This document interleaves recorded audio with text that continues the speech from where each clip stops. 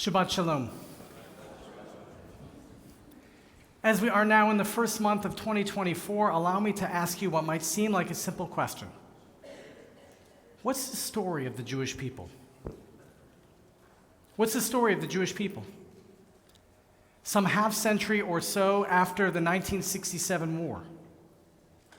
What's the story of the Jewish people? Some 75 years after the birth of the State of Israel. What's the story of the Jewish people? Some 80 years after the Holocaust.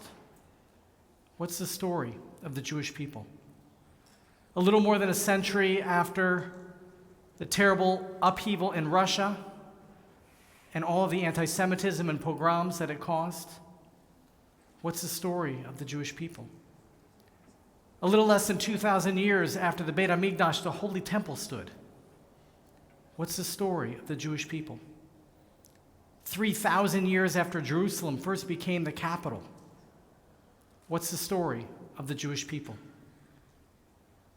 And probably some 3,500 years after the Exodus.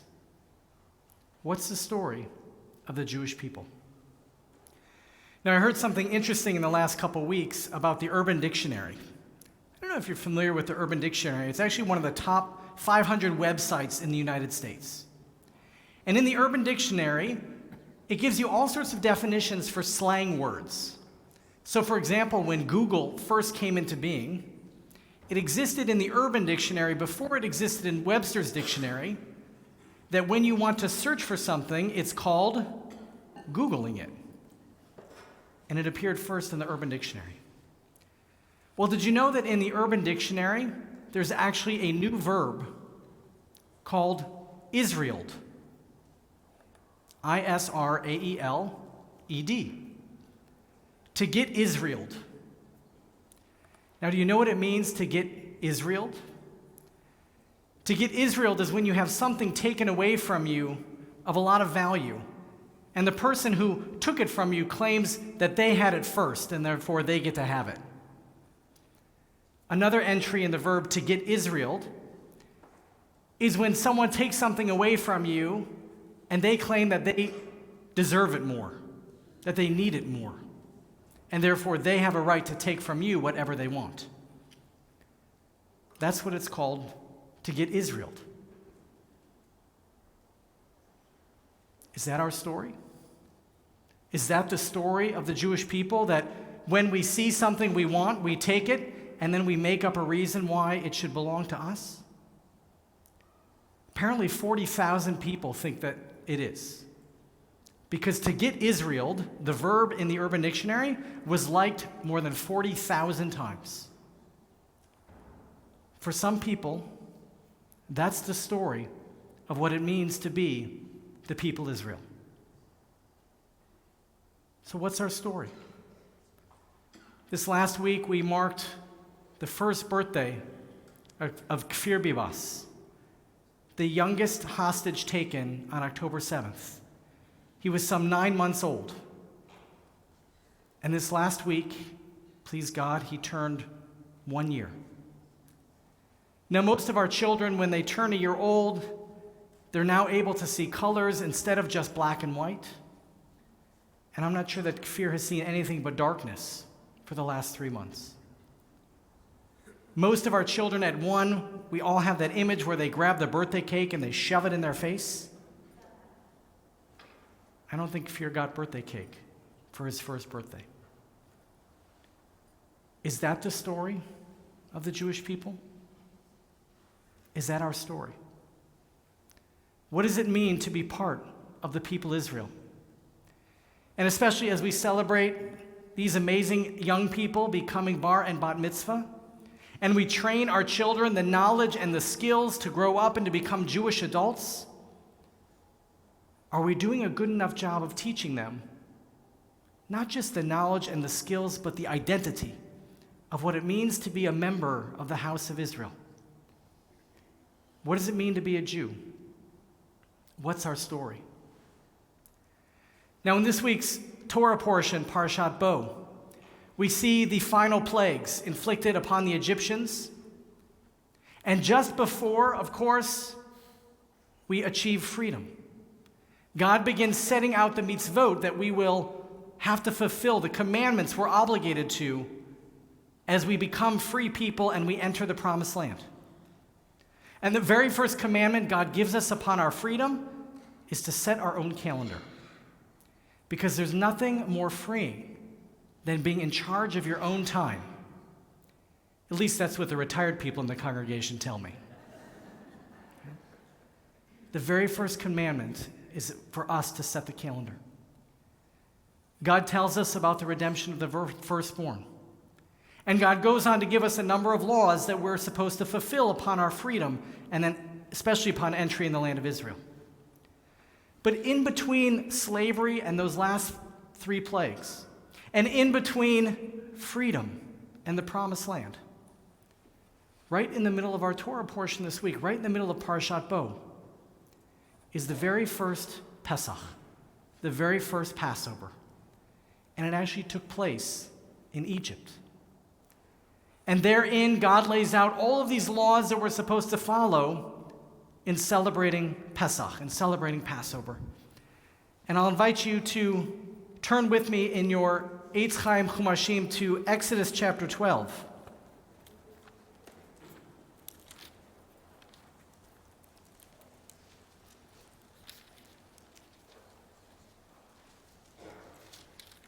I am in my Chumash here on page 386. Page 386.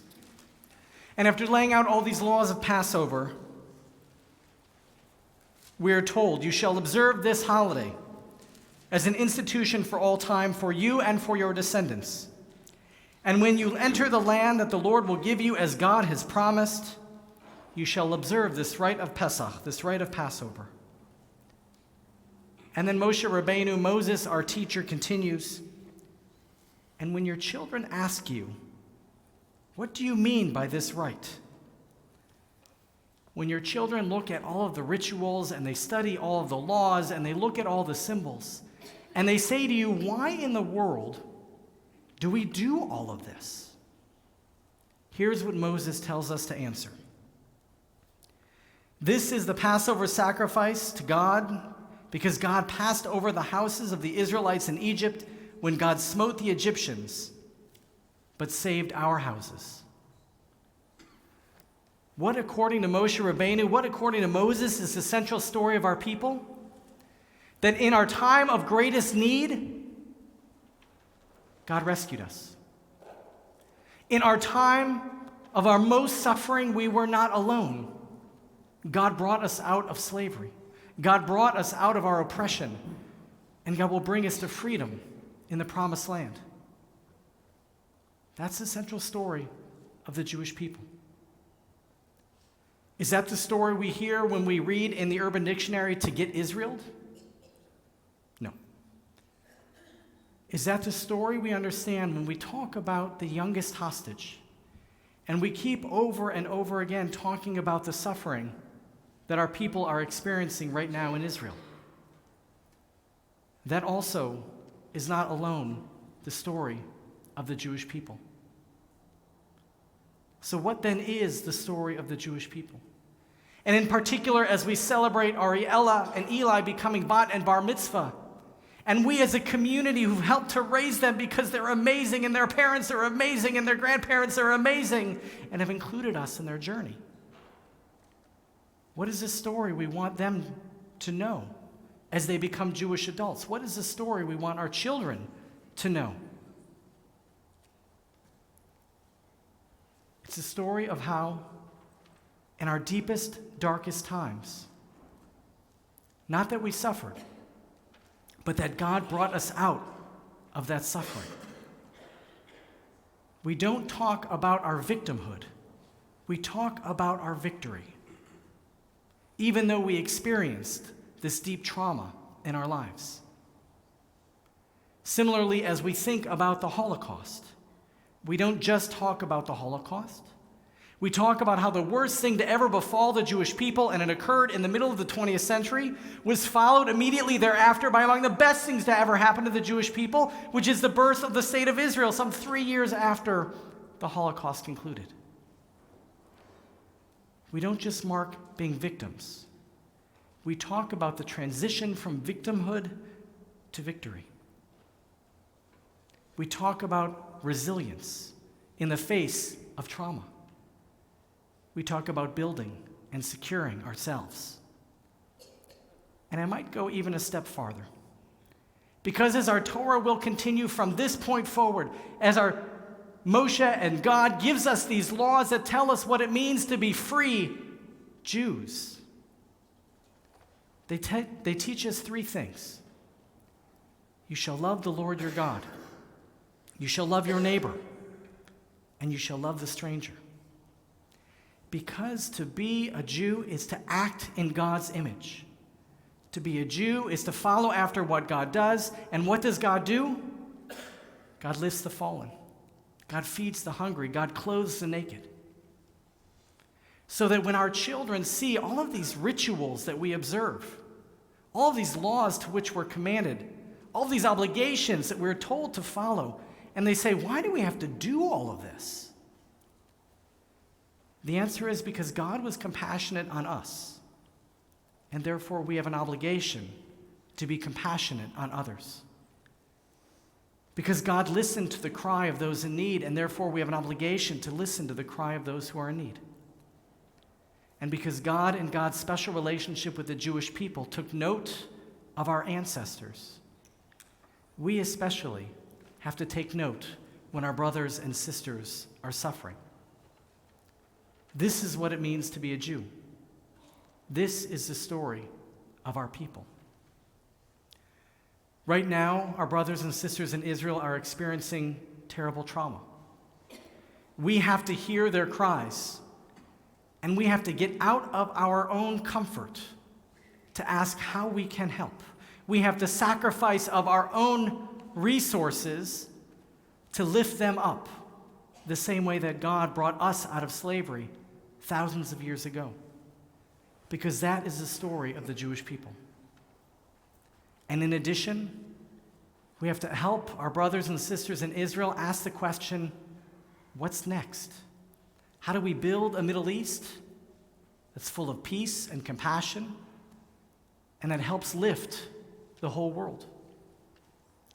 And perhaps even more, we have to shed light on those who teach their children to hate, who teach their children to cause harm to others, as we remind ourselves and we remind the world that when we raise our children, it's not just about the knowledge and skills that we provide them. It's about the identity we build for them. An identity built on compassion, an identity built on faith, an identity built on love. This is how you raise children. This is how Leslie and Mitchell have raised their children, because Leslie and Mitchell's parents raised them in this way. This is the light that we need to bring to the world by telling our children our story, the Jewish story, of how God brought us out of slavery with an outstretched arm in God's compassion for us. Because people like Moses and Miriam and Aaron stood up to lead the people. And because Yitro, a non-Jew living within the community, extended his hands to help guide us and care for us as well. This is the story of the Jewish people. This is what we teach our children. This is what it means to become an adult member of a congregation, of a people, of a holy nation. This is our story. Adonai ozi amo yitain, Adonai yavarech et amo v'shalom. May we have the strength to teach our children well. And when we do, may God bless us all with peace. And let us say together, Amen.